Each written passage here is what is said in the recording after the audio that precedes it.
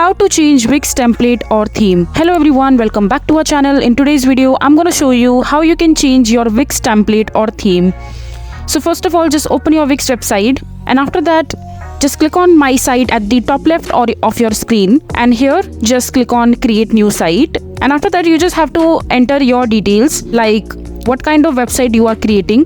Just click on Next, and now they are preparing our dashboard, and just click on Next. And if you're not sure about any of the information, you can simply click on Skip or just select it and press Next. And after that, just go ahead and click on Design Site, and you have to select how do you like to design your website. Either you want your Wix to create your site, or you would like to customize a design template for yourself.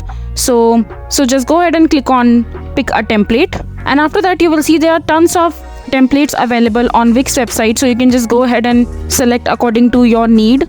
And if you don't like that, so you just come again and select accordingly. So this is how you will be able to change your Wix template or theme. So that is it for this video. If you find this video to be helpful, make sure to hit that like button, and don't forget to subscribe to our channel for more such informative videos, and I'll see you the next time.